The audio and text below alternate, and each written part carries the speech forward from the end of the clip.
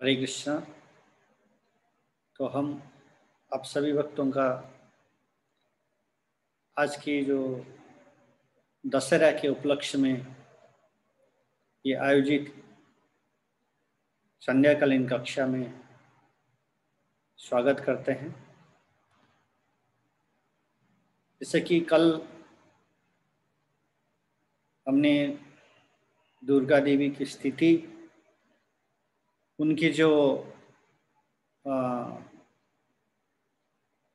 दायित्व है, उनके जो व्यक्तित्व के ऊपर हमने चर्चा किया और ये हमने अंत में बोला था कि आज हम ये दुर्गा पूजा, दशहरा, इसके संबंधित जो हमारे इतिहास में हम देखते हैं कि दो युद्ध हुआ है, उसके ऊपर हम आज संक्षिप्त में चर्चा करने वाले हैं। क्योंकि रामायण तो विशाल है और सभी लीलाओं को अगर वर्णन करेंगे तो समय नहीं हो पाएगा। तो इसलिए संक्षिप्त में हम इस विषयों के ऊपर चर्चा करेंगे। तो हम मंगलाचरण के साथ आज की संध्याकालीन जो कक्षा है वो प्रारंभ करेंगे। ओम अज्ञानतिमिरान्धस्य ज्ञानाञ्जनशलाकया चक्षुरुन्मीलितं येन तस्मै श्रीगुरवे नमः। श्रीचैतन्यमनोभीष्टं स्थापितं येन भूतले स्वयं रूप कदा मह्यं ददाति स्वपदान्तिकं।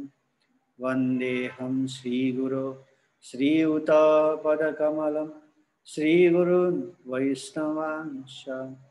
श्रीरूपं साग्रजातं सहगण रघुनाथान्वितं तं सजीवं साद्वैतं सावधूतं परिजनसहितं कृष्णचैतन्यदेवं श्रीराधा कृष्णपादान् सहगण ललिता श्रीविशाखान्वितांश्च। हे कृष्ण करुणा सिंधु दीनबंधु जगत्पते गोपेश गोपिका कांत राधा कांत नमस्तुते। तप्त कांचन गौरांगी राधे वृंदावनेश्वरी वृषभानुसुते देवी प्रणमामि हरिप्रिये। वाञ्छाकल्पतरुभ्यश्च कृपा सिन्धुभ्यैव च पतितानां पावनेभ्यो वैष्णवेभ्यो नमो नमः। नमो विष्णुपादाय कृष्णप्रेष्ठाय भूतले श्रीमते भक्तिवेदांत स्वामिनिति नामिने। नमस्ते सरस्वती देवी गौरवाणी प्रचारिणे निर्विशेष शून्यवादी पाश्चात्य देशतारिणे। जय श्री कृष्ण चैतन्य प्रभु नित्यानंद श्री अद्वैत गदाधर श्रीवासादि गौर भक्तवृंद। हरे कृष्णा कृष्णा कृष्णा हरे हरे, हरे राम राम राम हरे हरे। हरे कृष्णा कृष्णा कृष्णा हरे हरे, हरे राम राम राम हरे हरे। हरे कृष्णा कृष्णा कृष्णा हरे हरे, हरे राम राम राम हरे हरे।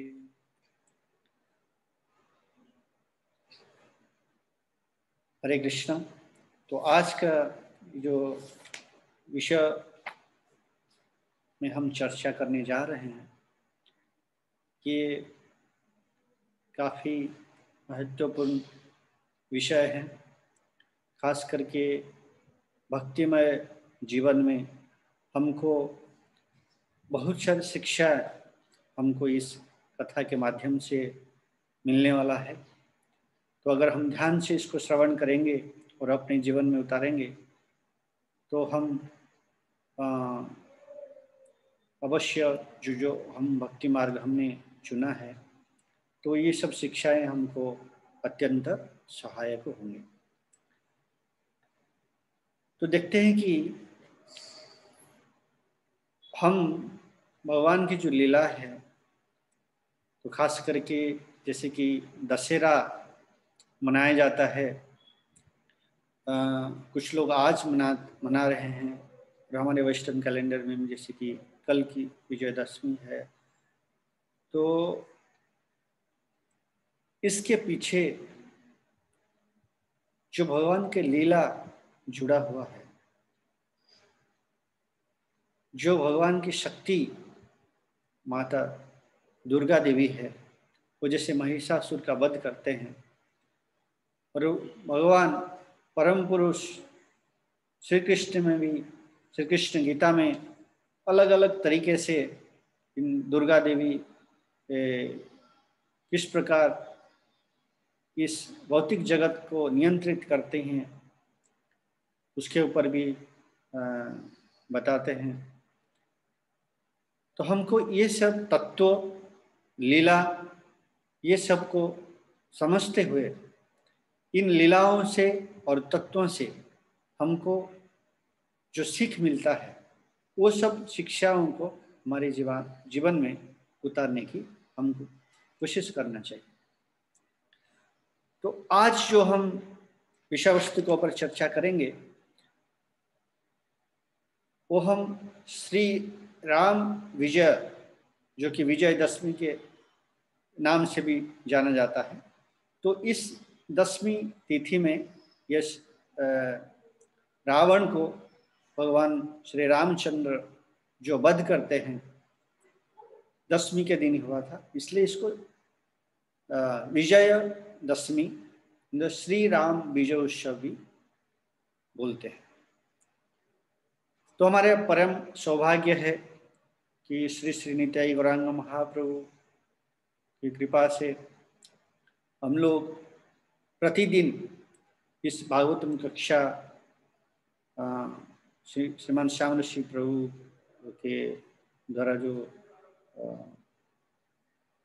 आयोजित किया जा रहा है, खुद प्रभु जी काफ़ी प्रचेष्टा करते हैं कि प्रतिदिन अनइंटरप्टेड ये क्लास चले। तो ये हमारा परम सौभाग्य है कि हमको प्रतिदिन भगवत चर्चा सुनने का सौभाग्य मिल रहा है। आप सभी जानते हैं कि दशानन रावण है वो पुलस्त्य ऋषि के जो वंशज थे और ब्राह्मण कुल में उनका जन्म हुआ था, परंतु उनकी जो व्यवहार है वो एक असुर की तरह था, इसलिए उसको असुर मानते हैं। तो इससे हमको एक सीख लेना चाहिए कि कोई एक बड़ा कुल में जन्म होने से उसको हम लोग महान नहीं लेना चाहिए। हाँ, अगर वो जन्म के साथ साथ उसका कार्य यानी कि कर्म जो करता है वो अगर महान है तभी हम उसको महान मान सकते हैं। जन्म के आधार पर किसी का व्यक्तित्व और किसी का महानता को हम लोग समझ नहीं सकते। इसलिए भगवत गीता में भगवान श्री कृष्ण खुद इसको डिक्लेयर करते हैं कि किस प्रकार हमको कर्मों के आधार पर, कार्यों के आधार पर हमको ये समझना चाहिए, चातुर्वर्ण्यम मया सृष्टम गुण कर्म विभागशः तस्य कर्तारमपि मां विद्य कर्तारमव्ययम्। प्रकृति के तीनों गुणों और उनसे संबंध कर्म के अनुसार मेरे द्वारा मानव समाज के 4 विभाग रचे गए। यद्यपि मैं इस व्यवस्था का सृष्टा हूँ, किंतु तुम यह जान लो कि मैं इतने पर भी अव्यय अकर्ता हूँ। तो ये क्या बोलते हैं, जो उनसे जो संबंध है कर्म के अनुसार है, ना कि जन्म के हिसाब से।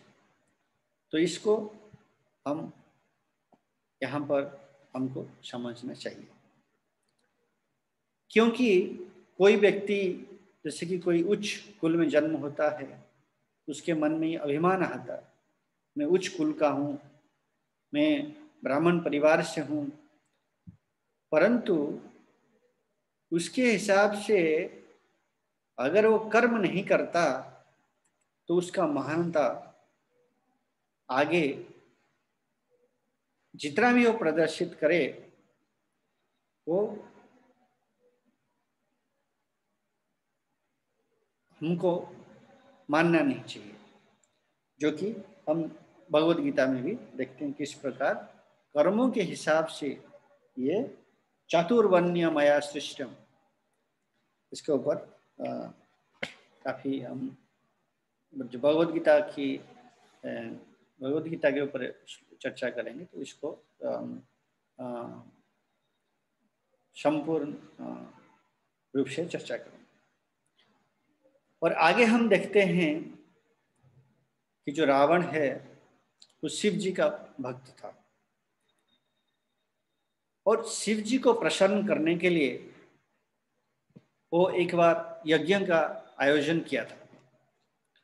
उस यज्ञ में शिव जी को प्रसन्न करने के लिए वो अपना जो 10 सर था उसको वो बलिदान दिया था। यानी कि शिव जी को प्रसन्न करने के लिए, जैसे कि कोई भी अगर हम हवन करते हैं, यज्ञ करते हैं, उसमें आहुति के रूप में घी इत्यादि जो वस्तु हैं उसको हम डालते हैं। परंतु रावण जो है वो यज्ञ में जो प्रारंभ में आग जलता है उसके लिए अपना जो दशानन बोलते हैं, तो एक एक सर को उसने त्याग किया था उस यज्ञ के लिए। तो हम देखते हैं कि कितना कठोर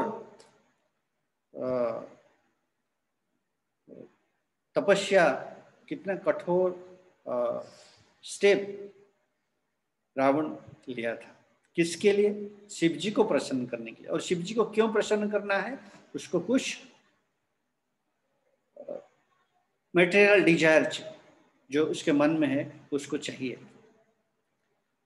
तो जब शिव जी प्रसन्न होते हैं तो शिव जी क्या करते हैं, फिर उनको जो एक स्वर्णिम लंका प्रदान करते हैं शिव जी। और दूसरी तरफ हम देखते हैं वही स्वर्णिम जो लंका है उसको विभीषण को अत्यंत सरल मार्ग से मिल जाता है। कैसे मिलता है उनको? जब वो भगवान श्री रामचंद्र के शरण में आते हैं और उनको भगवान एक्सेप्ट करते हैं और उनको वचन देते हैं कि हम आपको अभी से लंका का राजा बनाते हैं, लंका का जो किंग बना रहे हैं।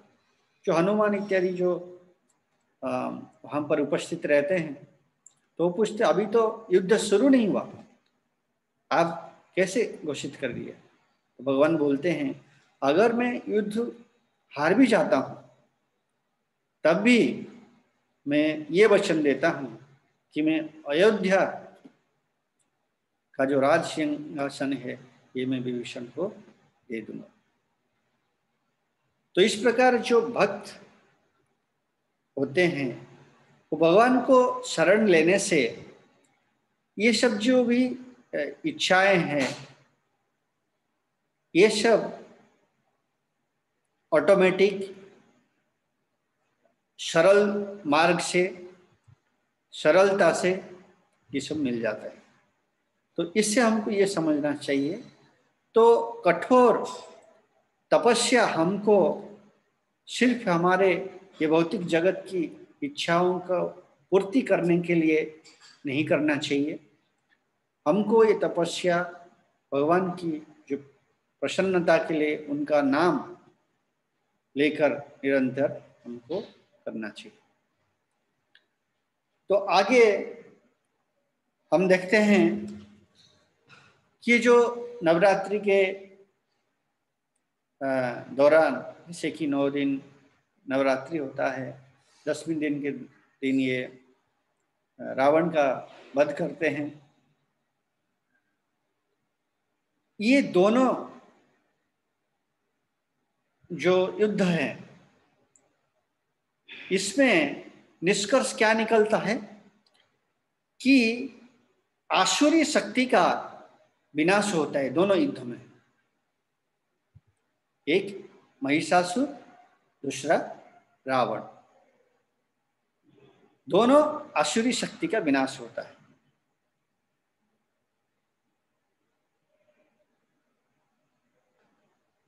और अब सभी जानते हैं कि किस प्रकार संपाति जो वानर सेना वहां पर रहते हैं और भगवान श्री राम को ये संदेश बताता है कि सीता देवी कहाँ पर है, क्योंकि तब तक पता नहीं चलता कि कहाँ पर है सीता देवी। तो संपाति ये संवाद देता है।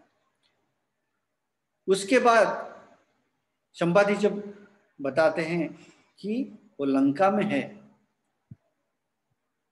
तब वानर सेना और श्री राम और लक्ष्मण जी ये सब चर्चा करते हैं कि किस प्रकार वहां तक पहुंच सकते हैं। तो भाई ये सब जब चर्चा कर चुके हैं कि किस प्रकार आगे का शुरू से अगर हम चर्चा करेंगे तो समय नहीं होगा, तो इसलिए हम लोग संपाति के जो संवाद से आज का जो कथा है ये हम शुरू करेंगे कि संपाति का संवाद से सभी को पता चलता है कि सीता देवी जो है लंका में है, और लंका तक पहुंचने के लिए एकमात्र जो मार्ग है वो समुद्र के रास्ते से। परंतु समुद्र को कैसे लंघा जाएगा, कैसे पार किया जाएगा, तो इसके ऊपर जब चर्चा होती है तो भगवान श्री राम 3 दिन तक उपवास रखते हैं वरुण देव को प्रसन्न करने के लिए। 3 दिन के जब उपवास खत्म हो जाता है, फिर भी वरुण देव रास्ता नहीं छोड़ते हैं, तो भगवान थोड़ा क्रोधित हो जाते हैं। साधारणतः लक्ष्मण जी क्रोधित हो जाते हैं, परंतु यहाँ पर हम देखते हैं कि भगवान क्रोधित होते हैं और लक्ष्मण जी को बोलते हैं कि समुद्र देव को बुलाओ। और आगे हम देखते हैं कि किस प्रकार समुद्र देव आते हैं और भगवान को काफी भेंट के रूप में जो समुद्र से जो उनको मिलता है वो सब उनको भेंट करते हैं, वो सब लेके आते हैं। तो यहाँ पर जब भगवान श्री राम क्रोध करते हैं तो बोलते हैं कि समुद्र देव को बुलाइए, और लक्ष्मण तो तैयारी है। तो यहाँ पर जो भगवान का जो क्रोध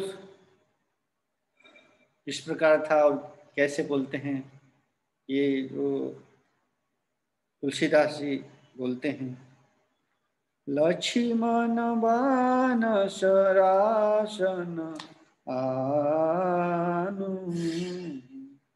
शोषं वारिधि विषित्य कृशानु। लक्ष्मण बाण सरासन आनु शोषं वारिधि विषित्य कृशानु। कि लक्ष्मण जी को आदेश देते हैं उनको बुलाने के लिए। तो लक्ष्मण जी बोलते हैं ये काम तो 3 दिन पहले करना था, परंतु समुद्रदेव को जो बुलाया जाता है तो वो रत्न इत्यादि लेकर वहां पर पहुंचते हैं और भगवान श्री राम को अर्पण करते हैं। तो फिर वो बोलते हैं कि आपकी अगर इच्छा है तो आप समुद्र को सुखा दीजिए, कोई आपत्ति नहीं है, परंतु ये नियम विरुद्ध है, आपने जो नियम बनाया है उसे विपरीत हो जाएगा। तो इसलिए मैं आपको एक मार्ग, एक सजेशन देना चाहता हूँ, समुद्रदेव बोलते हैं। और ये बोलते हैं कि आपकी जो वानर सेना में नल और नील नामक 2 वानर हैं जो आपको एक सेतु बनाने में सहायक होंगे, उन दोनों की सहायता से आप एक सेतु बनाने में सक्षम हो पाएंगे। तो फिर उसे भगवान श्री राम प्रसन्न होते हैं। इससे हमको ये शिक्षा मिलता है कि जैसे समुद्रदेव रत्न इत्यादि लेकर भगवान को अर्पण करते हैं, तो हमको ये इससे सीख लेना ये चाहिए कि हमारे पास जो भी है, कोई बोल सकते हैं रत्न इत्यादि, तो वो भी भगवान का सृष्टि का है, भगवान का सृष्टि का है, भगवान का चीज है, परंतु जब वो हम भगवान को अर्पण करते हैं तो भगवान प्रसन्न होते हैं। इसका एक छोटा सा उदाहरण हम देना चाहेंगे। जैसे कि कोई एक पिता का 2 पुत्र होते हैं, वो पिता अगर उसको 100 रुपया देके दोनों पुत्रों को बोलते हैं आप 100 रुपया लीजिए, दोनों जाते हैं बाहर, एक पुत्र क्या करता है उस 100 रुपया से अपना खर्च करता है और बाहर होटल इत्यादि में कुछ ना कुछ अपना खा पी के वापस आ जाता है। दूसरा पुत्र जो है वो क्या करता है, कुछ मिठाई या कुछ गिफ्ट खरीद कर वो अपने पिता के लिए लेकर आता है। फिर दोनों पुत्र जब वापस घर पहुंचते हैं, पहला पुत्र तो 100 रुपया अपना पेट के लिए ही खर्चा कर दिया है, परंतु जब दूसरा पुत्र उसको कुछ उपहार लेकर आता है उसी पैसे से, तो जो पुत्र के ऊपर पिता बहुत प्रसन्न होते हैं, जबकि पैसा जो है वो पिता का ही है, परंतु ये जो भाव है, इस भाव से दूसरे जो पुत्र का भाव जो है कि मैं मेरे पिताजी के लिए कुछ लेकर जाऊं, इस भाव से वो प्रसन्न होते हैं। कौन? पिता। इस प्रकार सभी भगवान का है, सभी भगवान ने बनाया है, फूल फल सब कुछ, परंतु जब उसी चीज को, भगवान के बनाया हुआ वस्तुओं को जब हम भगवान को अर्पण करते हैं वो अत्यंत प्रसन्न होते हैं। इसका उल्लेख कहां पर आता है? इसका उल्लेख आता है भगवद गीता 9.26। पत्रं पुष्पं फलं तोयं यो मे भक्त्या प्रयच्छति तदहं भक्तिपरितम् अस्नामि प्रयतात्मनः। यदि कोई प्रेम तथा भक्ति के साथ मुझे पत्र, पुष्प, फल या जल प्रदान करता है तो मैं उसे स्वीकार करता हूं। फल नहीं दे सकते हैं, जल दीजिए, तुलसी पत्ता दीजिए, उससे भगवान प्रसन्न होते हैं। पत्रम पुष्पम फलम तोयम, एक पुष्प दे सकते हैं हम लोग, तो ये भगवान गीता में स्वयं बताते हैं। तो ये सब जो एक एक लेसन है, एक एक टीचिंग्स है, इसको ये सब कथाओं से हमको सीखना है और अपने जीवन में ये सबको उतारना है। भगवान को कुछ नहीं चाहिए, लेकिन जब हम उनको उनका ही बनाया हुआ जो वस्तुओं को अर्पण करते हैं वो प्रसन्न होते हैं। और एक चीज हम देखते हैं गणपति उत्सव में, खास करके जब हम किसी भक्त के घर में जाते हैं तो हम देखते हैं, और जब गणपति उत्सव का चर्चा करते हैं तो श्रीमन दामोदर आनंद प्रभु के घर में जब हम वहाँ पर जाते हैं तो काफ़ी वो कीर्तन करते हैं, भजन करते हैं, भक्तों को बुला के प्रसाद खिलाते हैं। तो मुझे थोड़ा थोड़ा याद आ रहा है कि वो जब गणेश जी की, गणपति जी की आरती करते हैं, आरती के अंत में एक श्लोक बोलते हैं। क्या है वो? कायेन वाचा मनसेन्द्रियर्वा बुधात्मना वानुसुत स्वभावात् करोति यद्यत् सकलं परस्मै नारायणेति समर्पयेत। कायेन वाचा मनसेन्द्रियर्वा बुधात्मना वानुसुत स्वभावात् करोति यद्यत् सकलं परस्मै नारायणेति समर्पयेत। कि मैं जो भी कर रहा हूं विदाउट माई ओनरशिप, मैं सब कुछ नारायण को सरेंडर करता हूं। तो इस प्रकार हमको जो समर्पण भाव है ये हमारे मन में हमेशा जागृत करना चाहिए कि I am not the owner, किसी भी चीज का मैं ओनर नहीं हूं।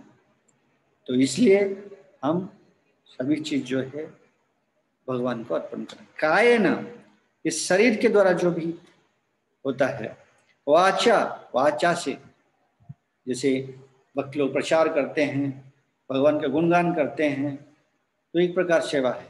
तो वो सब भगवान को अर्पण करना चाहिए, ये नहीं कि खुद का जो प्रतिष्ठा के लिए, मान सम्मान के लिए करना चाहिए। कायेन वाचा मनसेन्द्रिय, मन से भी, बुधात्मन है, अपने इंटेलिजेंस से भी जो सेवा होता है। तो इस प्रकार यहां पर वर्णन होता है। और आगे जैसे कि हम वरुण देव वहां पर आते हैं, फिर सेतु बनाने का जो कार्य है वो प्रारंभ होता है। जब सेतु बनाने का जो कार्य प्रारंभ होता है, बड़े बड़े शिला जो भी वानर सेना है सब अपने अपने सक्षम के हिसाब से सब लोग लेकर आते हैं, और उसको जो उसके ऊपर राम नाम लिखकर जब पानी में डालते हैं, वो क्या होता है, डूबता नहीं है, वो तैरता है। तो इससे हमको ये सीख लेना चाहिए कि जब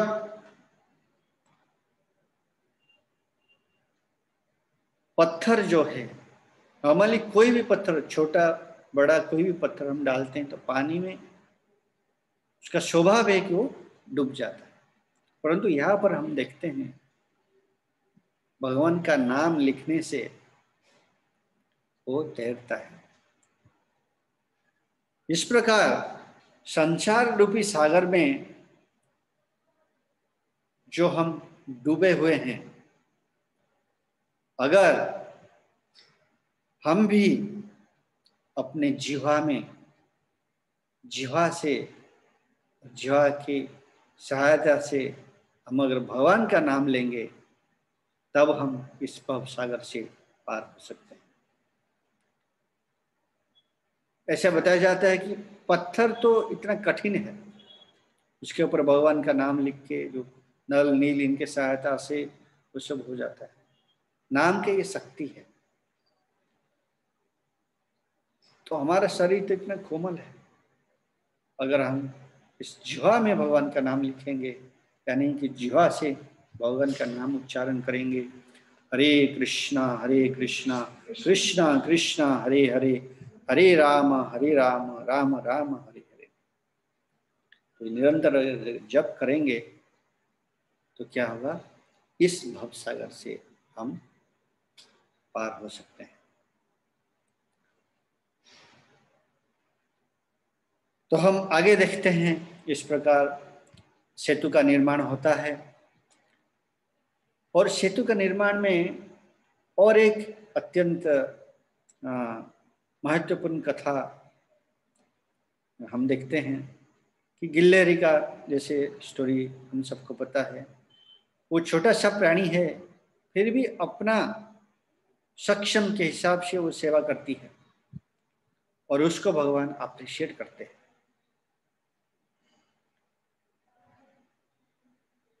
तो हम हमारे सक्षम के हिसाब से कोई भी अगर सेवा हम अच्छे भाव से करेंगे तो भगवान उसको स्वीकार करेंगे।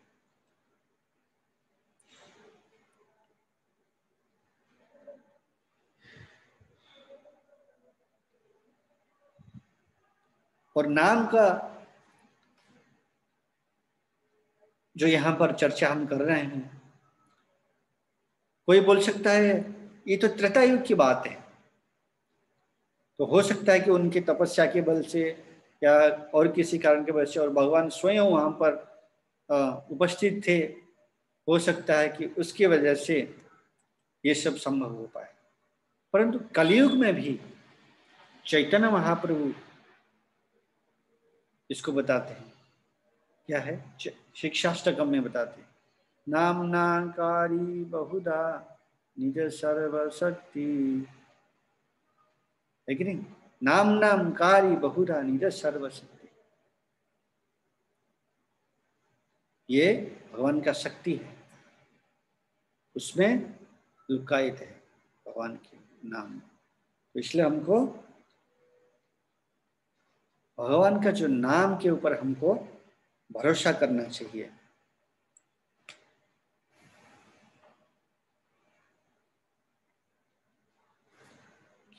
क्योंकि कली काले नाम रूपे कृष्ण अवतार, तो इसलिए हमको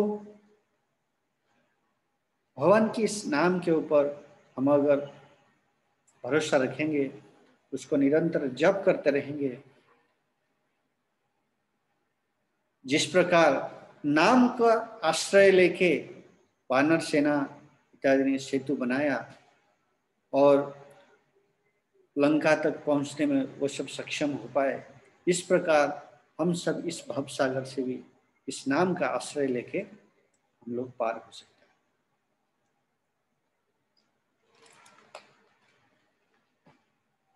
और एक लीला यहाँ पर आता है, जैसे सेतु का निर्माण हो जाता है और श्री राम लक्ष्मण और उनके साथ हनुमान जी और बाकी वानर सेना जब लंका की ओर चलना शुरू करते हैं,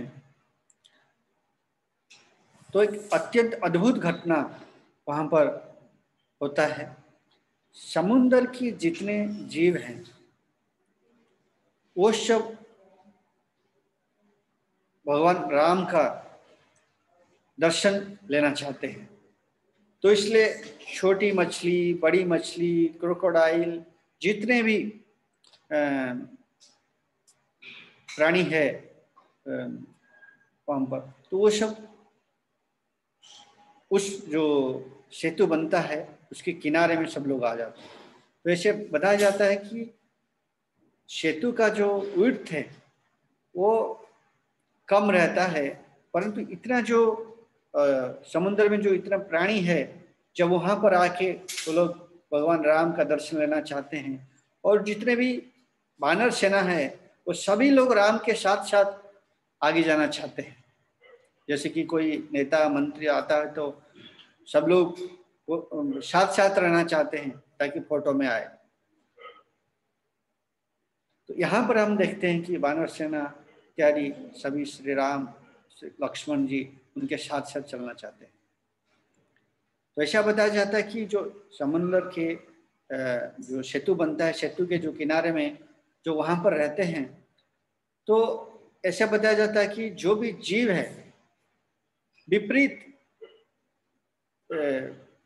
क्रिया यहाँ पर होता है। जैसे कि एक छोटी मछली को बड़ी मछली खाती है, और जो क्रोकोडाइल है, हम देखते हैं क्रोकोडाइल एक वानर को खा सकता है, एक मंकीज को खा सकता है, लेकिन यहाँ पर सबका जो लक्ष्य एक है कि हम भगवान का दर्शन करेंगे।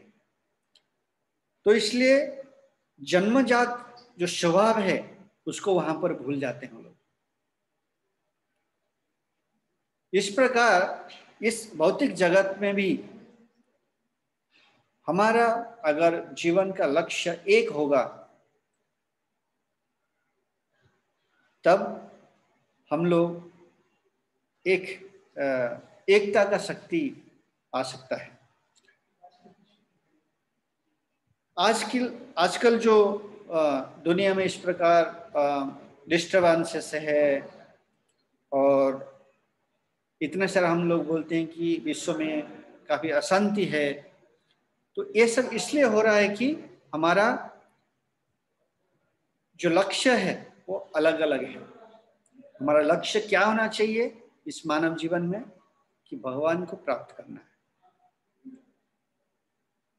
तो जब हमारा सभी का एक ही लक्ष्य होगा तो शांति का वातावरण अपने आप आ जाएगा।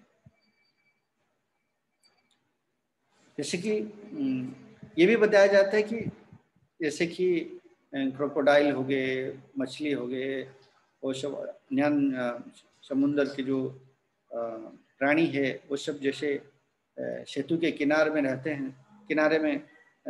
हैं भगवान का दर्शन करने के लिए। तो वानर जब चलते हैं उनके ऊपर भी चल के जाते हैं। इतने असंख्य प्राणी जो भगवान का दर्शन करने के लिए वहां पर आतुर रहते हैं। तो इस प्रकार जब सेतु का निर्माण हो जाता है और वानर सेना, भगवान श्री रामचंद्र, लक्ष्मण, ये सब वहां पर लंका में पहुंचते हैं। तो लंका में पहुंचने के बाद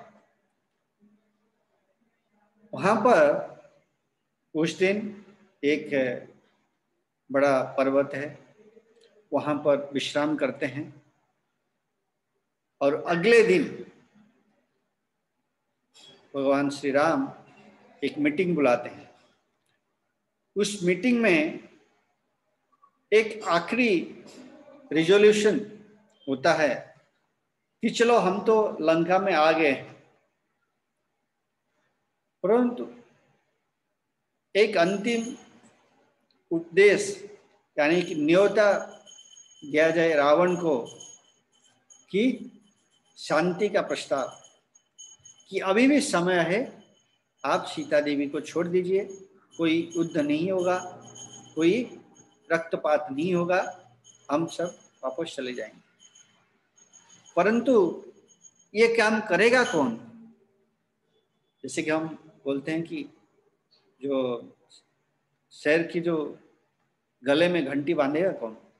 इसी समय हम देखते हैं कि जंगल में काफ़ी सारे प्राणी होते हैं, जो छोटे मोटे प्राणी है, वो आके कंप्लेन करते हैं कि ये जंगल का राजा है, तो कभी भी आता है, खा जाता है, तो सब लोग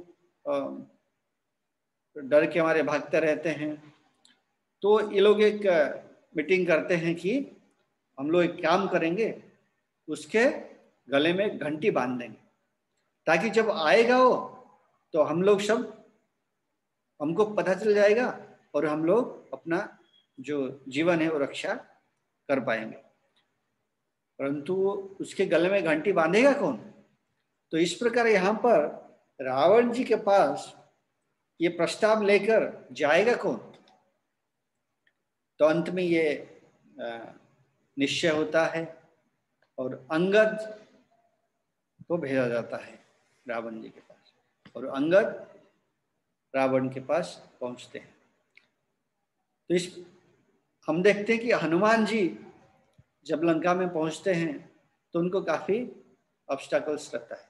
तो इस बार अंगद जी को कोई ऑब्स्टैकल्स नहीं रहता है, क्योंकि सभी लंकावासी, उनको पता चलता है कि एक बंदर आया था, पूरा लंका को जला दिया था, तो ये भी एक बंदर आया है आज, तो ये कुछ ना कुछ खास काम करके जाने वाला है। तो इसलिए सब लोग अंगद का जो रास्ता है वो इस बार ब्लॉक नहीं किया। तो और अंगद जी पहुंचते हैं रावण के पास। तो जो प्रस्ताव था वो शांति का ही प्रस्ताव था। तो शुरू में वो अंगद जी को, जो उनकी राजमहल है रावण का, उसमें उनको बैठने के लिए स्थान नहीं दिया जाता है।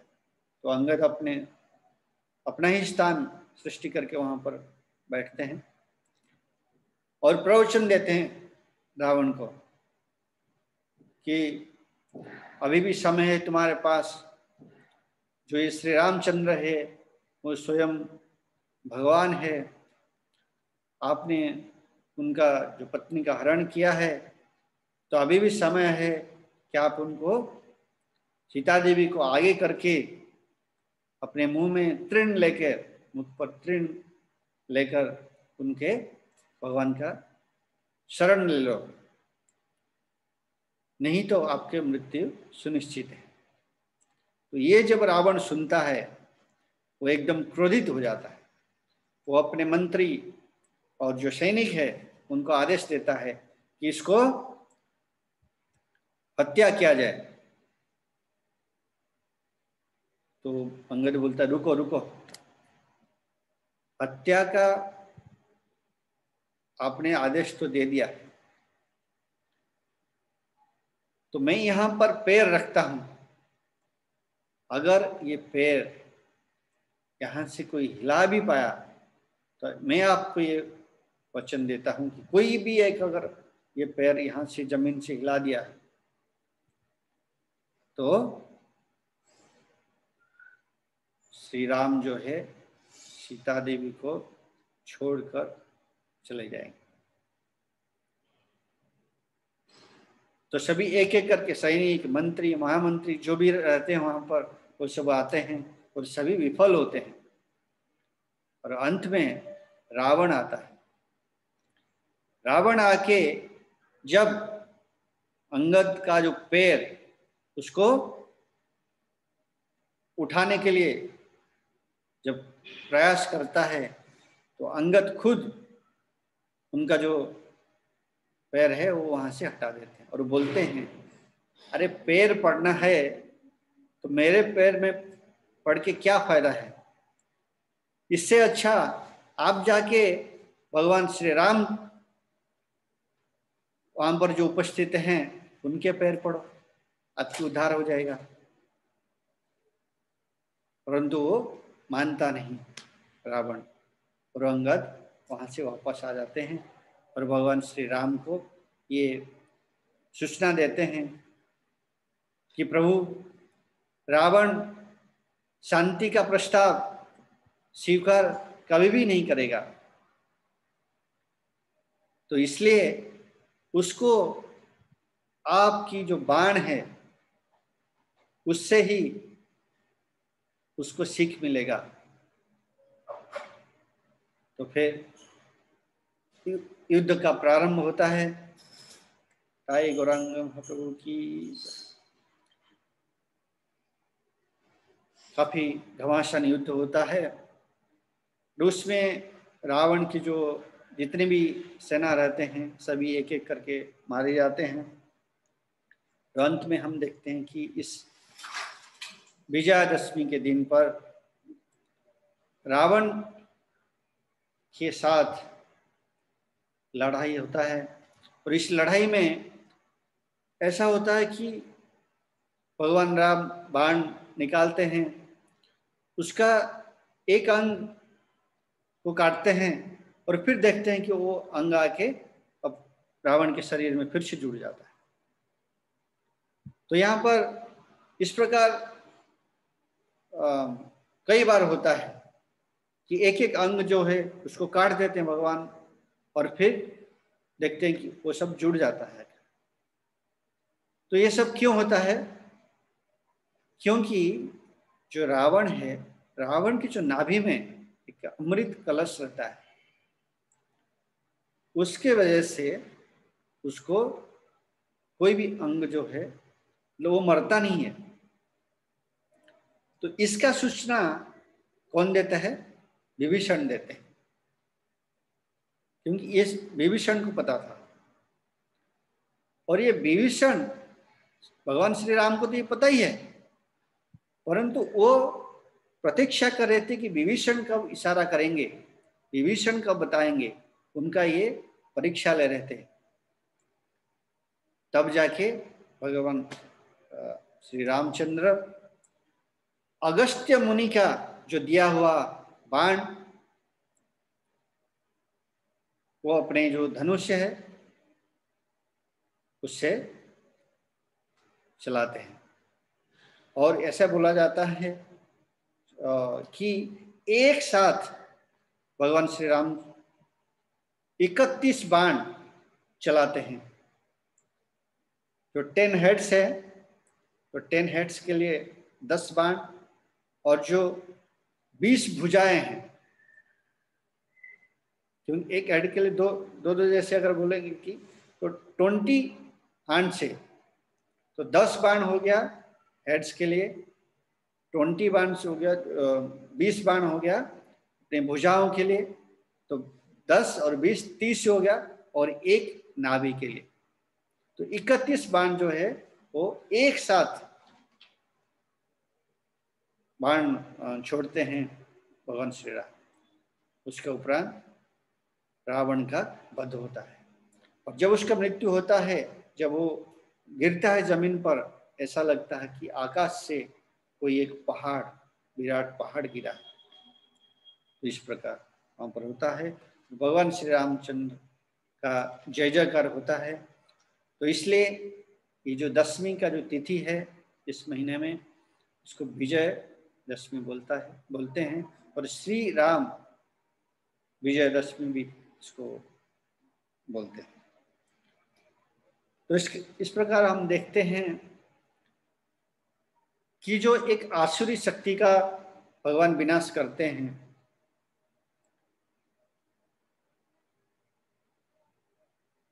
हमारे मन में प्रश्न आता है, और हम सभी भी जानते हैं कि त्रेता युग में एक रावण था, लेकिन आज इस कलयुग में हर घर में रावण है। हर घर में नहीं, हर व्यक्ति के अंदर एक एक रावण छुपा है।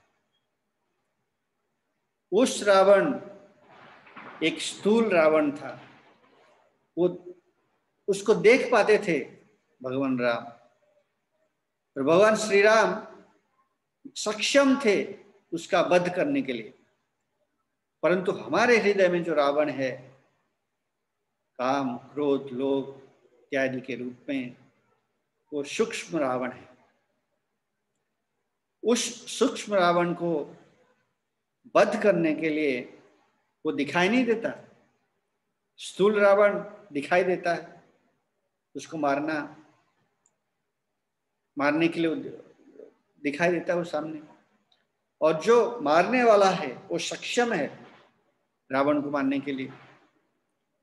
परंतु हमारे अंदर जो रावण है, हम किस प्रकार उसको मारेंगे, ये दुर्गा पूजा और विजयदशमी को जो मूल उद्देश्य है, हमको इस उत्सव से ये हमको सीखना चाहिए। ये लीलाओं को स्मरण करके हमको ये सीखना चाहिए, हम किस प्रकार हमारे अंदर जो रावण बैठा है, जो रावण प्रतिदिन हमको विभिन्न प्रक्रियाओं से हमेशा हमारे हृदय में काम, क्रोध इत्यादि के रूप में बैठा है, उसको किस प्रकार हम मारें। उसको मारने का एक ही तरीका है, एक ही उपाय है। जिस प्रकार स्थूल रावण को मारने के लिए भगवान श्री राम स्वयं वहां पर उपस्थित है, तो ये सूक्ष्म रावण को मारने के लिए भगवान का जो नाम है वो अत्यंत सक्षम है। तो इसलिए ये जो नाम का जो पावर है वो उसको मार सकता है। इसके लिए हमको निरंतर भगवान का नाम लेते रहना है। हरे कृष्णा कृष्णा कृष्णा हरे हरे, हरे राम राम राम हरे हरे। इस भगवान का नाम हमको भरोसा करना चाहिए कि जिस प्रकार अंगद ने रावण को बताया, अगर पैर आपका जो सैनिक है या आप में से कोई भी ये अगर हिला नहीं पाया, तो मैं आपको वचन देता हूं कि भगवान राम सीता को बिना लिए हुए यहां से चले जाएंगे। तो भगवान के ऊपर भरोसा था उनका। तो इस प्रकार हमको भगवान के नाम में भरोसा करना चाहिए। और हम देखते हैं कि किस प्रकार हमारे आचार्यगण बताते हैं इसको कि हमको किस प्रकार भरोसा करना चाहिए। हम देखते हैं कि गोपीनाथ भजन में, गोपीनाथ आमार भरोसा तुमी, तोमार चरणे लइनु शरण, तोमार किंकर आमी। गोपीनाथ आमार भरोसा तुमी। क्या बोल रहे हैं भक्तिविनोद ठाकुर? गोपीनाथ हमारा भरोसा तुम्हें, हमारा मेरा भरोसा कौन है, किसके ऊपर मैं भरोसा करूं? आपके ऊपर। हमारा भरोसा तुम्ही, तुम्हारा चरणे लइनु शरण। बोलते हैं कि मैं शरण लेता हूं आपकी चरण में। तुम्हारो किंकर, अपने आप को क्या मान रहे हैं? एक किंकर मान रहे हैं। तो इसलिए उस प्रकार हमको भगवान के ऊपर ही भरोसा करके हमको भगवान का नाम लेना चाहिए। तो आगे तो भक्तिविनोद ठाकुर और बहुत कुछ लिखते हैं, परंतु इस जो भरोसा करने का यहाँ पर उल्लेख आया, तो इसलिए हम देखते हैं तो किस प्रकार जो सूक्ष्म रावण को मारने के लिए हमको क्या करना चाहिए।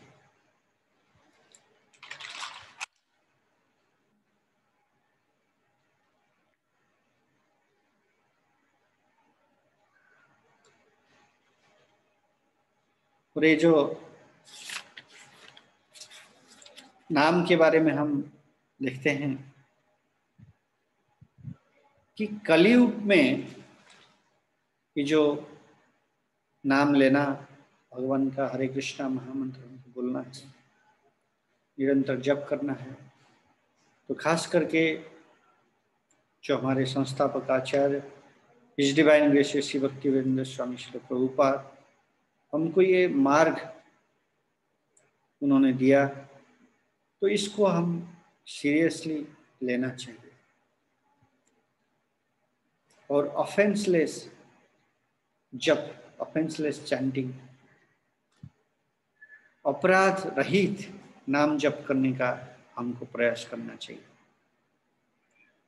जैसे कि हम प्रतिदिन हम शिक्षाष्टकम गाते हैं, प्रतिदिन हम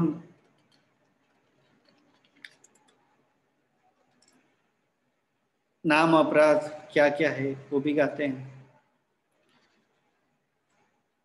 इसलिए हम लोग गाते हैं और प्रभुपाद ने उसको हमारी संस्था में उसको जो इंट्रोड्यूस किया है, इसलिए है कि प्रतिदिन अगर हम करेंगे तो हमारे कर्म में जाएगा, तो हम धीरे धीरे धीरे धीरे हम सीरियस होंगे भगवान को नाम किस प्रकार हम अपराध रहित नाम लेने। तो इसलिए सभी भक्तों से निवेदन है, ये जो दशहरा, दुर्गा पूजा या विजयदशमी है, तो इसमें हमको इस भाव से हमको रहना चाहिए कि जैसे कि भगवान श्री राम और दुर्गा देवी आसुरी शक्ति का वध करते हैं, उस प्रकार हमारे मन में जो सूक्ष्म रूपी रावण बैठा है, उसको मारने के लिए उनका नाम ही सहायक होंगे। और ये सब भगवान का नाम हम निरंतर लेते रहेंगे, तो धीरे धीरे धीरे धीरे वो सब हमारे मन में जो कलमश है वो सब हटेगा, तब जाके सूक्ष्म रूपी रावण का वध करेंगे और हम भी दशहरा मनाएंगे। दशहरा सिर्फ दशमी के दिन नहीं, जब हमारे मन से ये सूक्ष्म रूपी रावण चला जाएगा, तब हम प्रतिदिन इसको मनाएंगे दशहरा, और श्री राम जी विजय उत्सव हम पालन करेंगे। तो यही विजयदशमी और दशहरा का जो भाव हमारे अंदर ये होना चाहिए। तो एक शिक्षाष्टकम से जो भगवान के नाम के ऊपर जो अत्यंत महत्वपूर्ण पद है, उसको हम एक बार गाएंगे, उसको समझने के लिए प्रचेष्टा करेंगे, और फिर आज की जो चर्चा है उसको हम विराम देंगे। हम देखते हैं कि श्लोक क्रमांक 1 में चितो दर्पण मार्जनम भव महादावाग्नि निर्वापनम श्रेय करव चंद्रिका वितरणम विद्यावधु जीवनम आनंदम बुद्धिवर्धनम प्रतिपदम पूर्णामृत स्वादनम सर्वात्म स्तंपनम परम विजयते। श्री कृष्ण संकीर्तन, श्री कृष्ण संकीर्तन का ग्लोरिफिकेशन यहाँ पर किया गया है। और नाम नामकारी बहुधा निज सर्वशक्ति तत्रा पिता नियमित स्मरणेन काल एतादृशी तव कृपा भगवन् ममापि दुर्दैवम ईदृशम जनिनानुराग। तो ये जो हम शिक्षाष्टकम गाते हैं, तो इनको हम समझना चाहिए कि भगवान नाम में जो शक्ति है उसके ऊपर हमको भरोसा करना चाहिए, और इसके साथ साथ भरोसा करके हमको नाम जप करना चाहिए। ऐसा नहीं करना चाहिए कि हमारे कोई नहीं है। भक्तिविनोद ठाकुर खुद लिखते हैं, हमारा भरोसा तुम्ही। तो ये जो 2 दिन का सत्र है, इसमें अगर कुछ त्रुटियां मेरे से होगा तो आप सब भक्त मुझे क्षमा कीजिएगा। और जो कुछ अगर शास्त्रों से या आचार्यों के टीका से, आचार्यों के भजन से कुछ अगर मैं भूल पाया होगा तो सारा श्रेय मेरे शिक्षा गुरु और मेरे जो हमारे वरिष्ठ वैष्णवों को ये श्रेय जाता है। तो इसके साथ साथ सभी भक्तों को इस दशहरा जो पर्व है, वही जो विजयदशमी है, इसके उपलक्ष्य में मैं सभी भक्तों से निवेदन करूंगा, इस भाव से भगवान के नाम हमको इस भव सागर से पार करा सकता है। तो इसलिए अपराध रहित नाम लेने के लिए हमको प्रचेष्टा करना चाहिए। और जिस प्रकार विजयदशमी के दिन भगवान श्री राम जो स्थूल रावण को उन्होंने मारा था, इस प्रकार हमारे मन से सूक्ष्म रावण का वध करने के लिए हमको प्रयास करना चाहिए। हरे कृष्णा कृष्णा कृष्णा हरे हरे, हरे राम राम राम हरे। बहुत बहुत धन्यवाद। हरे कृष्ण।